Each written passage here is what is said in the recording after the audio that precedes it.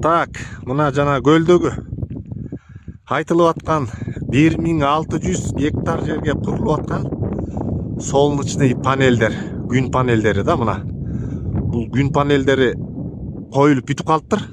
Мына.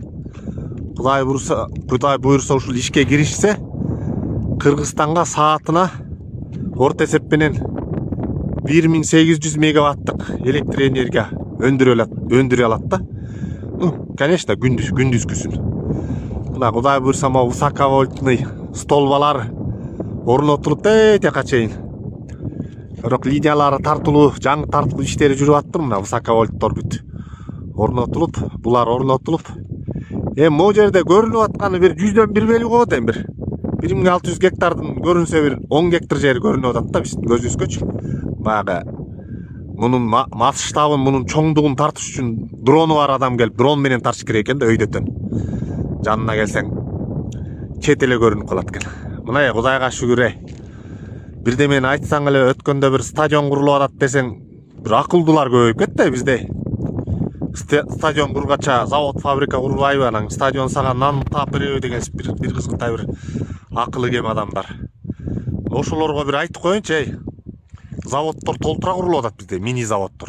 Бирок бизде чоң завод курулбайт. Чоң завод эмнеге курулбайт айтып берейинби? Пока кан барата бүтпөйүн. Могу солнечный панелдер бүтүп, энергетикалык кризистен чыкмайын, эмне кайсы мындай келесоо адам жок да. Силер келесоо болушуңар мүмкүн да, жанагы акылы жокторчу. Силер келесоо болушуңар мүмкүн. Кана бизге чоң завод курбай деп. Чоң заводду куруш үчүн деген энергия керек. Чоң завод деген чоң көп бир райондун, бир областтын энергиясын талап кылган электр энергия менен же газ менен иштейт. Анан эле эмне курбайбы? Биринчиден Германияга салыштырасыңар, тияк Японияга салыштырасыңар. Аларда деле мамлекет бир завод курган эмес. Бүт менчик компаниялар курат. Любой жерде менчик компаниялар курат. Ошол үчүн энергетикаң, биринчи энергетикаңды тууралап алсаң, мына Садыр Жапаров туп-туура эме жүргүзүп атат, саясат. Андайын барып анан завод курчулар өздөрү келет, инвесторлор. Анан түшүнбөй эле, ар кайсын айтып эле, теге эмнеге муну курбайт, неге стадион курат деп эле бир акылсыз адамдар үйүңөрдү ар кайсын соцсеттерден жаза бересиңер. Мына атайын келип мына видеого тартып атам. Даже мына баяктан сигнал берип атат, видеого тарткан калбайт депчи. Ошого карабай келип тартып атам мына. Негизи сиз этиканы сакташыңыз керек да. Бизге жакшылап үйрөтпөй эле кой. Сиз деп мамиле кылыңыз ака. Сиз мамлекет кызматкер, Кыргыз Республикасынын жарандыгында сиз деп мамиле кылышыңыз керек. Этиканы сакташыңыз керек. Аты жөнүңүздү айтып койсоңуз байке. Неге? Өзүңүздү тааныштырышыңыз керекписиз? Неге? Неге тааныштырасыз? Сиз кызматтасыз ака? Кызматтасыз. Мен айтып атпаймын. Сиз кызматтасыз, өзүңүздү тааныштырбайсызбы? Тааныштыра албайт экенбиз, болду. Түшүндүңүзбү? Болду. Мына мен азыр Орто Азиядагы эң чоң 45 000 орундук заманбап бизде курулуп аткан стадиондун жанында турам да. Мынакей, курулуп биринчи кольцосу бүтүп калыптыр. Курулуп бүткөндө көлөмү мына. Могу казылып турбайбы катлама, мына чети. Акыркы кольцо өткөндө ушул жака чейин келет экен. Бийиктиги канча болот билбейм. Мына масштабты карагыла, көлөмдү карагыла. Канча жер. Ушул жерге азыркы бийлик мына 82 миллион долларга бүтчү Орто Азиядагы эң чоң объектини, спорт комплексин куруп атат да. Эми мен муну эмнени айткым келет? Мурунку Атамбаевдин акмак бийлигинин кылган ишине салыштырып берейин. Мына ошолор ушунча чоң жерге, ушунча заманбап нолдон башталган комплексти 82 миллион долларга бүтүрүп атышат да. Ал бийлик эмне кылды эле? Ушул комплекстин могу четиндеги бучка гана тең келбеген, кичинекей бүткөн турган музейди, тарых музейди сыртынан актап сырдап коюп, оңдомуш этип коюп, ушул жака кетчү каражаттын теңин сарпташкан да. Мындайча айтканда жеп коюшкан. Мына 36 миллион доллар жаап, кыйраттык, шумдук кылдык деп канча жыл мактанып, элдин башын айлантышкан да. Мына салыштыргыла. Канча акчага канча объекти бүтүрсө болот.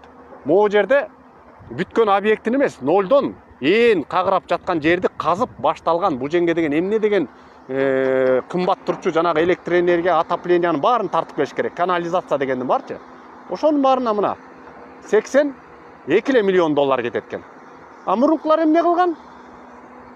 Ушунча чоң курулуп аткан объектинин жарымына эмес, бир 1/10 бөлүгүнө жетпеген, бүткөн, турган, баардыгы даяр имаратты оңдоп түзөмүш этип 36 миллион доллар кетиришкен. Мына салыштырып койгула. Бул объект өзү эле эмес да, канчалаган гектар жерди ошол акчага кошо бүтөт. Могу дөң болуп, аң болуп жаткан жердин баары бүтүп, аягында кеткен каражаты 82 миллион доллар кетет экен да. Мына онун баары керектүү нерсенин баары салынат. А музейди барып карап көргүлө. Музейдин көлөмүн карап көргүлө. Музейди нолдон жерден котлован казып баштаган эмес. Бүткөн имаратты оңдоп түзөп койгонго 36 ушул жакка кетчү каражаттын теңин жумшап атышат эй. Мына эмне деген уяты жок бийликтин кол алдында жашаганбыз да кыргыз элибиз алданып. Мынакей салыштыргыла. Бул бир эле объекти курулуп аткан. А Кыргызстанда канчалаган объекттер курулуп атат? Канчалаган. Бардык региондордо канчалаган шаарлар оңдолуп түзөлүп, канчалаган райондор оңдолуп түзөлүп атат. Мына Ош шаарында Ош Сити курулуп атат. Эми айтып берсе, санай берсек, мындай айтып бүт албайбыз да. Мынакей могу жакка да бир нерселер курулуп атат, эмне экенин билбейм. Тетиги жакта жана ипотеканын үйлөрү курулуп атат мына. Көргүлө, мына. Тетиги жакта карачы. Мына ушунун баары биргечте жөн эле жаткан жерлер болчу. Мынакей ар бир нерсени салыштырып гана биле алабыз, салыштырып. Бул бүт элек жаңы эле башталып, нолго эми чыгыптыр, бүткөндө мына көлөмү могул жакка чейин келет. Нар жагы дагы эми телефондон көрүнбөйт экен, кетет нары чоюлуп кетет. Мына ушул жакка кетчү каражат 82 миллион доллар. Эми салыштырып эсептей бергиле, баа бергиле да. Мурунку бийлик менен азыркы бийликтин кылып аткан иштерин. Мына Кудай буйруса бир 2 жылда бүтөт, 26-жылы наркы жылдын аягына чейин бүтүп калат мына. Орто Азиядагы эң чоң стадион. Футбол аянтчасы. Үстү жабык болот.